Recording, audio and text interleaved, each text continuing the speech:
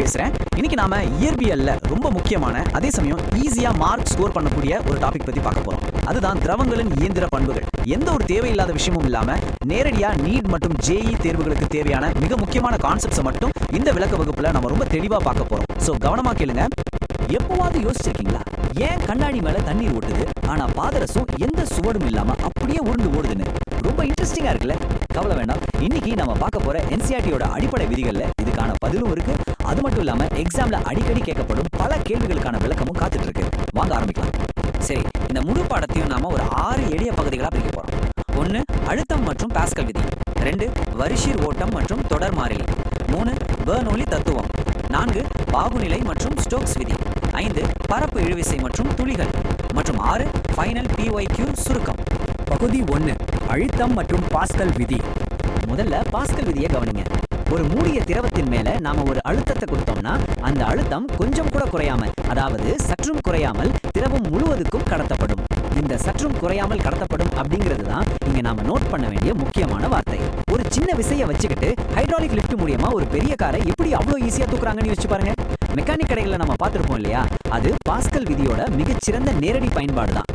மாணவர்களே, இது ஒரு முக்கியமான PYQ அலர்ட். கொஞ்சம் கவனமா கேளுங்க. கடந்த கால தேர்வுகள்ல முழுமையான அழுத்தம், அதாவது அப்சல்யூட் பிரஷர், மற்றும் அளவி அழுத்தம், அதாவது கேஜ் பிரஷர், இது ரெண்டுக்கும் இடையான வித்தியாசத்துல அடிக்கடி கேள்விகள் வந்திருக்கு. கேஜ் பிரஷர் அப்படிங்கிறது PG = ρGH. இங்கே H என்பது ஆழம், ρ என்பது திரவத்தின் அடர்த்தி. இந்த 2 மாறிலிகளும் கணக்குகளை தீர்க்க ரொம்ப ரொம்ப முக்கியம், மறந்துடாதீங்க. பகுதி 2 வரிசீர் ஓட்டம் மற்றும் தொடர் மாறிலி.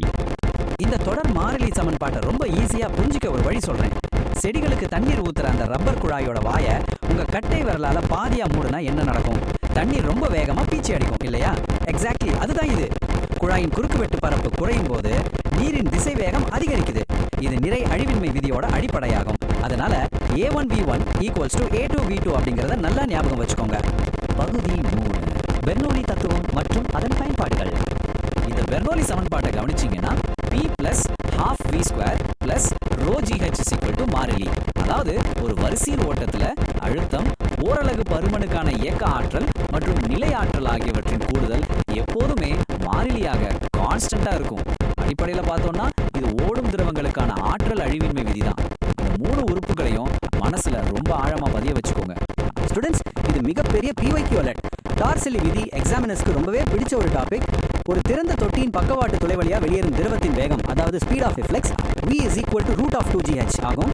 இது எந்த தடையுமின்றி கீழே விழும் ஒரு பொருளோட வேகத்திற்கு சமம்.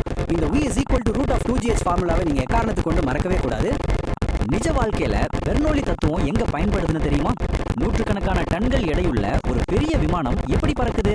விமான இறக்கைக்கு மேல காற்று ரொம்ப வேகமா செல்ற மாதிரி வடிவமைக்கப்பட்டிருக்கும். ஓட்ட வேகம் அதிகரிக்கிறதால அங்க அழுத்தம் குறையுது.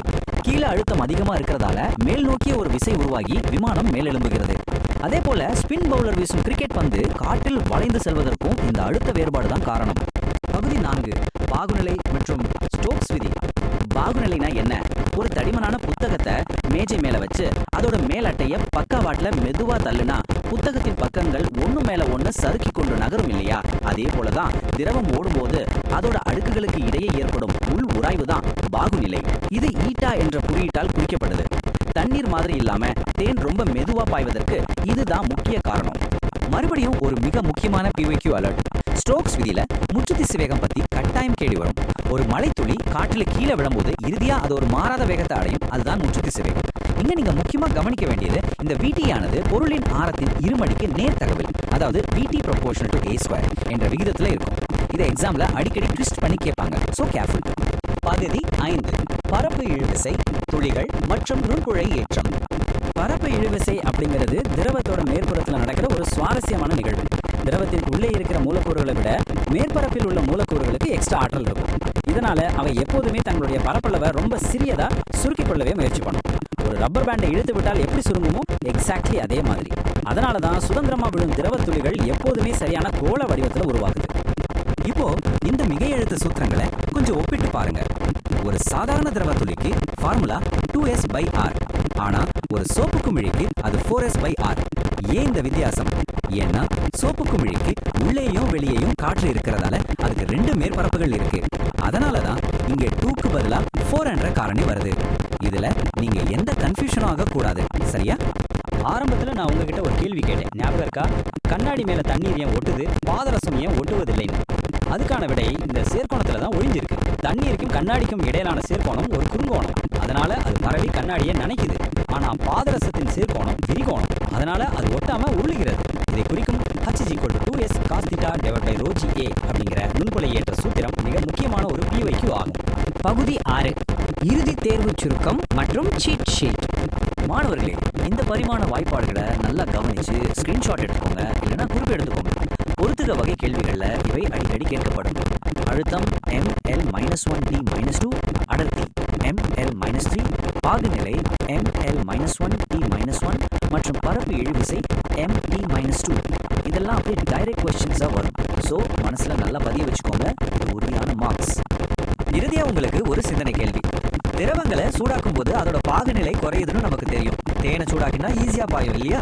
ஆனா வாயுக்களின் பாகுநிலை மட்டும் வெப்பநிலையை அதிகரிக்கும் போது ஏன் அதிகரிக்குது? இதுக்கு என்ன காரணமா இருக்கும்னு யோசிங்க. இதுக்கான விடையை NCERT புத்தகத்துல தேடி படிங்க. இந்த விளக்க வகுப்பு உங்களோட ரிவிஷனுக்கு ரொம்பவே யூஸ்ஃபுல்லா இருந்திருக்கும்னு நம்புறேன். நம்பிக்கையோட படிங்க. எக்ஸாம்ல கட்டாயம் நல்ல ஸ்கோர் பண்ணுவீங்க. All the best.